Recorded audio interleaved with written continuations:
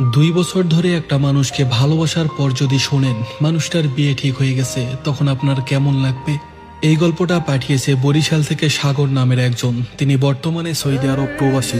আমি সাগর। আজ আমি আমার না পাওয়া ভালোবাসার গল্প আপনাদের মাঝে শেয়ার করতে চাই।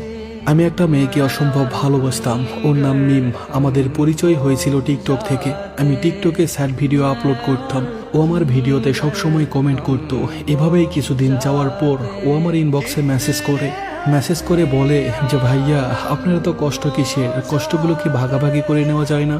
আমি তখন তাকে বললাম, আমার মনের কষ্ট মনেই থাক, আমি ভাগাভাগি করতে চাই না। তো তারপর থেকে আমাদের মাঝে মাঝেই কথা হতো। এভাবেই অনেকদিন কথা হওয়ার পর ও আমাকে একদিন প্রপোজ করে। আমিও তখন ওর প্রতি একটু দুর্বল হয়ে যাই। তো আমিও কোনো কিছু না ভেবে রাজি হয়ে যাই। এভাবেই আমাদের রিলেশনটা শুরু হয়। আমাদের রিলেশনের বয়স যখন 1.5 বছর, তখন ওর পরিবার থেকে বিয়ের জন্য চাপ দিতে থাকে। তখনও আমাকে বলে, তুমি দেশে কবে আসবে? আমার পরিবার আমাকে বিয়ের জন্য খুব প্রেশার দিচ্ছে। আমি তখন তাকে বললাম, আমি কুরবানি ঈদের পরে আসবো। এর মধ্যে ওকে 2 জায়গা থেকে দেখে গেছে, কিন্তু ওর একটাই কথা, ও এখন বিয়ে করবে না। ওর পরিবার ওকে অনেক চাপ দিতে থাকে। ওর পরিবারের সাথেও যখন পেরে উঠতে পারছিল না, তখনও আমাকে বলল, তুমি বিদেশে থাকো, সমস্যা নেই, তুমি আমার বাড়িতে বিয়ের প্রস্তাব পাঠাও। তখন আমি আমার একটা বন্ধু ছিল, ওর বোনকে দিয়ে ওর বাড়িতে প্রস্তাব পাঠাই। আর ওনাকে বলে দেই যে আমরা যে রিলেশনে আছি এটা যেন ওর পরিবারকে না বলে। কিন্তু উনি ওর পরিবারকে বলে দেয় যে আমরা রিলেশনে আছি, আমরা বিয়ে করতে চাই। আর বলে, ছেলেটাকে আমি চিনি, আপনি কি ওদের বিয়ে দিবেন? ওর বাবা মা এটা শুনে অনেক রেগে যায় আর বলে, আমরা ওকে কেটে নদীতে ভাসিয়ে দিব, তবুও রিলেশনের বিয়ে দিব না। এরপর থেকে ওর বাবা মা খালা ওর উপর অত্যাচার করতে থাকে। ওর বাবা মা ওকে অনেক মারতে থাকে। এক পর্যায়ে আমাদের যোগাযোগ বন্ধ হয়ে যায়। প্রায় 15 দিনের মতো আমাদের কোনো যোগাযোগ ছিল না। আমি ফোন দিলে ফোন রিসিভ করতো না। আমি আমার যত মামাতো বোন খালাতো বোন আছে সবার কাছে ওর নাম্বার দিয়ে ওকে কল দিয়েছি, কিন্তু কল রিসিভ করতো না। আবার রিসিভ করলে ওর মা কল রিসিভ করতো। এভাবেই কিছুদিন চলে যায়। আমি সবসময় ওর নাম্বারে ফোন দিতাম, কিন্তু ফোন রিসিভ হতো না। আমিও 3-4টা নাম্বার থেকে কল দিতে থাকি। এক পর্যায়ে ওর মা কলটা রিসিভ করে। পরে আমি আমার পরিচয়টা দেই। ওর মা তখন কান্না করতে করতে বলে, বাবা, তুমি আমার মেয়েকে ভুলে যাও, আমার মেয়ের বয়স খুব কম, আমরা এখন ওকে বিয়ে দিব না, আর রিলেশনের বিয়ে তো দিবই না। আমি তখন কান্না করতে করতে ওনাকে বলি, আমি মিমকে অনেক ভালোবাসি আন্টি, আমি ওকে ছাড়া থাকতে পারবো না, আপনার পায়ে পড়ি, আপনি ওকে আমার থেকে কেড়ে নিয়েন না। এভাবেই বলতে বলতে অনেক কান্না করতে থাকি, কিন্তু আমার কান্না দেখে ওনার মন গলেনি। আমিও হাল ছাড়িনি। ওনাকে অনেক বোঝানোর পর একটা পর্যায়ে উনি মেনে নেয় বিষয়টা, কিন্তু ওর বাবা বিষয়টা মেনে নেয়নি।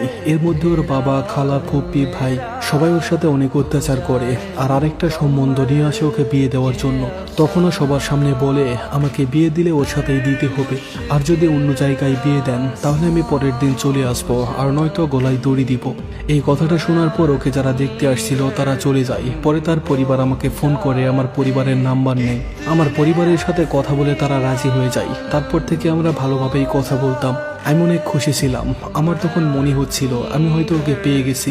তো তারপর ওর পরিবার বলে যে ওনারা আমাদের বাড়িতে যাবে। পরে রমজান মাসে ওনারা আমাদের বাড়িতে যায় আমাদের বাড়িঘর দেখতে।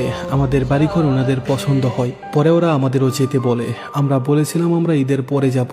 তো তারপর থেকে আমরা পরিবারের সামনেই কথা বলতাম, যেহেতু আমাদের কথাবার্তা হয়ে আছে। আমাদের এমনও দিন গেছে আমরা 18 ঘন্টা পর্যন্ত কথা বলেছি। ও আমার থেকে একটা কসম নিয়েছিল যে আমি কোনোদিন সিগারেট বা নেশা জাতীয় কিছু খেতে পারবো না। আমিও তাকে কথা দিয়েছিলাম আমি জীবনেও কোনোদিন নেশা করব না। সেও আমাকে কোরআন শরীফ ছুঁয়ে কসম করে বলেছিল, আমি কোনোদিন তোমাকে ছেড়ে যাব না, যত যাই কিছু হয়ে যাক না কেন। তো যাই হোক, এভাবেই কিছুদিন পর ঈদ চলে আসে। ঈদের 8 দিন পর আমার পরিবার ওদের বাড়িতে যায়, আর আসার সময় ওদের দাওয়াত দিয়ে আসে। আমাদের সবকিছু প্রায় ঠিকঠাক, শুধু বিয়ের দিন তারিখটা বাকি ছিল। এর মধ্যে ওর পরিবার বলল শুধু আংটি পরিয়ে রাখবে, আর আমার পরিবার বলল যে না, একবারে বিয়ে করে বউ বাড়িতে নিয়ে যাবে। কিন্তু ওনারা বলল যে না, জামাই যেহেতু বিদেশে, তাই এখন আংটি পরিয়ে রাখবো, দেশে আসলে বিয়ে হবে। এসব নিয়ে তার পরিবার আর আমার পরিবারের কথা কাটাকাটি হয়। এক পর্যায়ে ওনারা বলে, ঠিক আছে, আপনাদের পরে জানাবো, আমরা এখন বিয়ে দিব নাকি শুধু আংটি পরিয়ে রাখবো সেটা পরে জানাবো। তো ওনারা বাড়িতে চলে যায়। পরে যাওয়ার পর আমার নাম্বার, আমার পরিবারের সবার নাম্বার ওরা ব্লক করে দেয়। আমি আর আমার পরিবার কোনোভাবেই ওদের সাথে যোগাযোগ করতে পারছিলাম না। পরে আমি আমার বন্ধুর বোনের সাথে যোগাযোগ করি। সে বলে তোমার সাথে বিয়ে দিবে না, তার অন্য জায়গায় বিয়ে ঠিক করতেছে। এটা শুনে আমার মাথা পাগল হয়ে যায়। আমি কি করব কিছুই বুঝতে পারছিলাম না। ওর সাথে কোনো রকম যোগাযোগ করতে পারছিলাম না। আমি অনেক ডিপ্রেশনের মধ্যে চলে যাই। এভাবেই কিছুদিন চলে যায়। পরে আমি অন্য নাম্বার দিয়ে কল দিলে ওর ভাই ধরে, ওর বাবা ধরে, আর আমাকে অনেক গালিগালাজ করে আর বলে পরবর্তীতে যাতে আর কল না দিই। পরে মিমের সাথে আমার একদিন কথা হয়েছিল। ও আমাকে বলেছিল তুমি দেশে চলে আসো, আমি তোমার সাথে পালিয়ে যাব। ও আমাকে অনেক ভালোবাসতো, সেটা আমি জানতাম। আমি ওকে বললাম যে না, আমি পালিয়ে বিয়ে করতে পারবো না, আমি পরিবারের বড় ছেলে, আর তাছাড়া তোমার পরিবার আমার পরিবারের মান সম্মান নষ্ট হয়ে যাবে। এরপর থেকে ওর সাথে আমার খুব একটা কথা হতো না, ও তেমন কথা বলতে চাইতো না।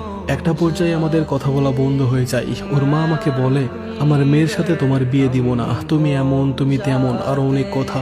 আমার পরিবার থেকে কল দিলে গালিগালাজ করে ফোন কেটে দেয়। এক কথায় ওনার মেয়েকে আমার সাথে বিয়ে দিবে না।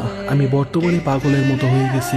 আমি ওর মায়ায় এমন ভাবে জড়িয়ে গেছি আর বের হতে পারছি না। শুনলাম ওর নাকি বিয়েও ঠিক হয়ে গেছে, অথচ সে কোরআন শরীফ ছুঁয়ে আমাকে কথা দিয়েছিল। আমি ঠিকমতো খেতে পারি না, ঘুমাতে পারি না, ঠিকমতো ডিউটিও করতে পারি না। 30 দিনের মধ্যে মাত্র 7 দিন ডিউটি করেছি। আমি এখন কি করব কিছুই বুঝতে পারছি না। ওর সাথে আমার আর কোনো যোগাযোগ নেই। হাজার মন চাইলেও তার সাথে একটু কথা বলতে পারি না। আমি দিন দিন নিজেকে হারিয়ে ফেলছি। কি করব কিছুই বুঝতে পারছি না। ওর মা থেকে আমি বের হতে পারছি না। আমি জানি না শেষ পর্যায়ে তাকে পাবো নাকি হারিয়ে ফেলবো। তবে আমি যদি তাকে না পাই, আমি হয়তো পাগল হয়ে যাব। এই ছিল আমার জীবনের গল্প। আপনারা সবাই আমাদের জন্য দোয়া করবেন, আমি যেন তাকে হালালভাবে বিয়ে করতে পারি আর সারা জীবন একসাথে থাকতে পারি। ধন্যবাদ সবাইকে।